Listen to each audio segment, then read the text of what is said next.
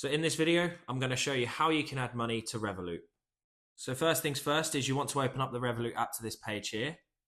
And then you simply just want to click on the Add Money section here.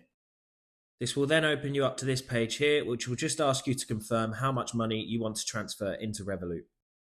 And then once you've selected the amount, you can then choose the type of method that you want to use to transfer that money in.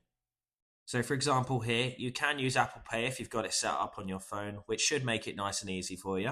But if not, you can also use a debit card or just a general bank transfer.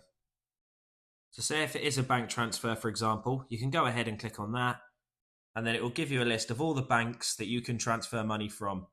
So for this example, we'll say Chase.